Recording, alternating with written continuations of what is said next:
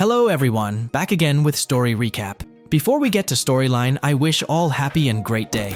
The film opens with Anna, who was living in the house of her mother and stepfather. She was a very accomplished girl in her studies. She was also talented in playing music. One day she was playing alone in the room, when suddenly her stepfather came in drunk and sat next to her. Then he started touching her. She stopped playing and was sad. We discover that her stepfather forces her to sleep with him all the time. She tries to stay away from him, but he gets angry at her, hits her, and curses her and her mother. After that, he forces her to take off her clothes. She tries to keep him away from her and hits him by mistake. A glass gets stuck in his neck and he dies. She is arrested and accused of killing her stepfather. In court, she began to tell the judge what was happening to her. She said that she did not kill him intentionally, but was defending herself. But she was surprised when she saw that her mother was the one testifying against her and telling the judge that her husband had not touched Anna in his entire life. Due to the lack of witnesses or evidence against her stepfather, the court sentenced her to imprisonment for a period ranging from 4 to 9 years. She collapses and feels unfair because her mother abandoned her. She is taken to a juvenile prison. The prison guards treated her very badly and made her take off her clothes, and then she was transferred to her cell. She met her cellmate called Jeannie, who was a very quiet and introverted girl who read books all the time. Anna asks her how long she spent in prison. She tells her that she spent 4 years in prison and has 1 year left until she is released. Anna collapses after hearing this because she knows that she will have to spend the next years of her youth in prison. She is sleeping for the first time in a place other than home. The next day, in the prison yard, she was alone, and a girl named Cody, who was the head of a gang, came to her. She treated her rudely and threatened her that if she did not join the gang, they would harm her, but Anna refused. Cody tells her that every choice has consequences. At a meal date, Anna sat alone to eat, but suddenly Cody's gang members came and threatened her for the second time. She told them that she was not interested in joining their gang and left them, but Cody pushes her and the food falls out of her hand. After that, she was cleaning, but suddenly, Cody and her gang attacked her and beat her. They threatened her that if she reported them, her next punishment would be death. Anna is transferred to the prison clinic. The investigator tried to interrogate her to find out who caused this, but she told her that the place was dark and she did not recognize who hit her. The nurse tries to reassure Anna. She tells her that she must adapt to the circumstances and the place she is in. Anna told her that she wanted to be alone, but the nurse told her that she was in the dirtiest place on earth and that it was impossible for her to remain alone in prison. She also advised her that if she had any problem, she should talk to the prison warden, Frank. In fact, she goes to Frank. He begins reading her file and discovers that she is an outstanding girl and has a bright future. He told her that he knew that she was different from the other prisoners and that she was not supposed to be among them. He offered to protect her, but there are conditions to that protection. She understood that the prison warden wanted to sleep with her and take advantage of her. She refused and went back to her cell. Jeannie asked her if the prison warden tried to harass her. Anna is upset and says that she is tired of people treating her. Jeannie is affected and tries to stand by her.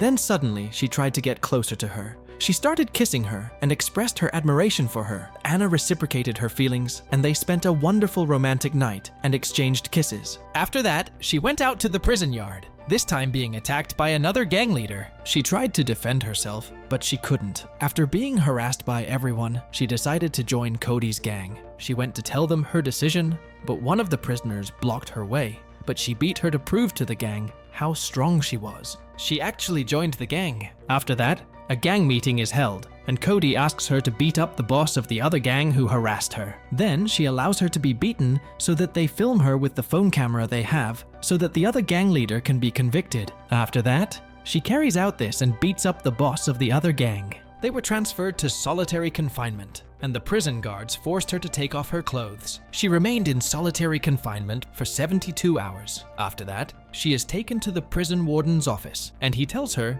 that he imprisoned her in solitary confinement for 72 hours, despite her refusal of his offer. He is trying to force her to enter into a relationship with him, in exchange for him not imprisoning her in solitary confinement for 2 weeks. She had to agree to this. She left the prison warden's office and was dissatisfied with what she had done, but she had no other choice.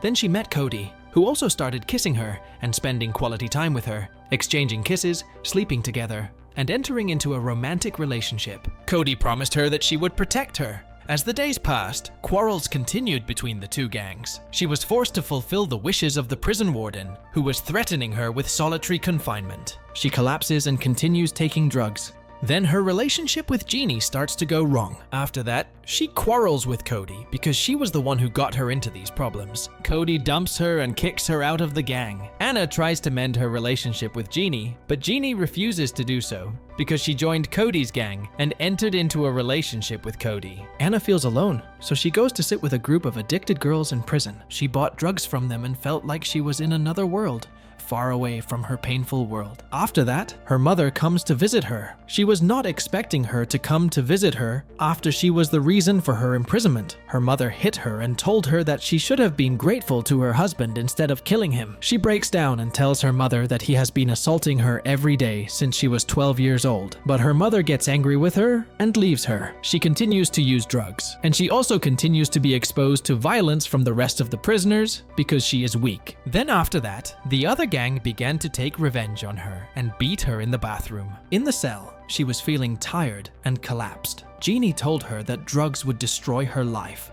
and that she must go to the prison psychiatrist to treat her. She discovered that Jeannie was also a drug addict like her, but she wanted revenge on the gang leader who attacked her in the bathroom. She goes and gets into a fight with them. The fight is broken up by prison guards. She is locked in solitary confinement again. As usual, the prison warden comes and takes her out of solitary confinement, but in exchange for her sleeping with him. After that, she returned to the cell and was exhausted. Cody comes to her to check on her. She tells her that the girl she was giving the drugs to has AIDS and that she should get tested, but she was in a nervous state and quarreled with Cody. Jeannie tries to help her stop using drugs, but she can't stop her from doing so. Cody comes to her and tries to stop her and threatens her. If she doesn't stop, she will kill her. Anna collapses, grabs a bottle and tries to kill herself, but the prison guards manage to stop her from doing so. She was placed in solitary confinement. She was suffering there because she was addicted to drugs. She also tried to kill herself with eating utensils, but she was saved. She is transferred to a special room to be monitored. The psychiatrist came to her and decided to put her in the hospital for 2 weeks. Anna saw many civilians who were suffering and lost control of themselves. She is taking medications. The nurse is trying to stand by her and help her. After a while, she is taken out of the hospital and returns to her cell. Her relationship with Jeannie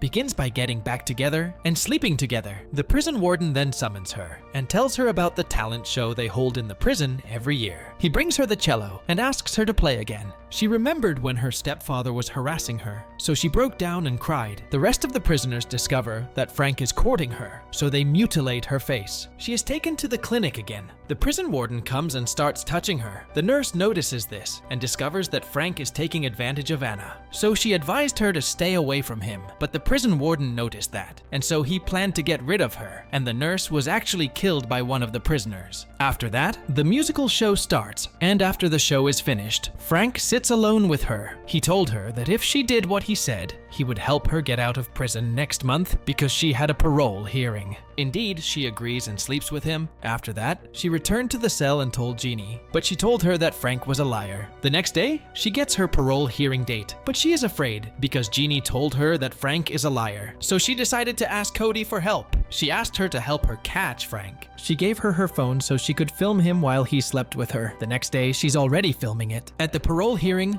Frank praised her greatly, but at the end of his speech, he told them that she had a problem with authority and that she should stay in prison longer. She was shocked by this, so she showed them the video. The committee was shocked by this and ordered the guards to arrest Frank. The judge apologizes to her for what happened to her and decides to release her. She came out of prison, and her mother received her because she discovered that her daughter was oppressed. After that, she applied for a scholarship to the Institute of Music, where she excelled and became one of the most famous cellists in the world.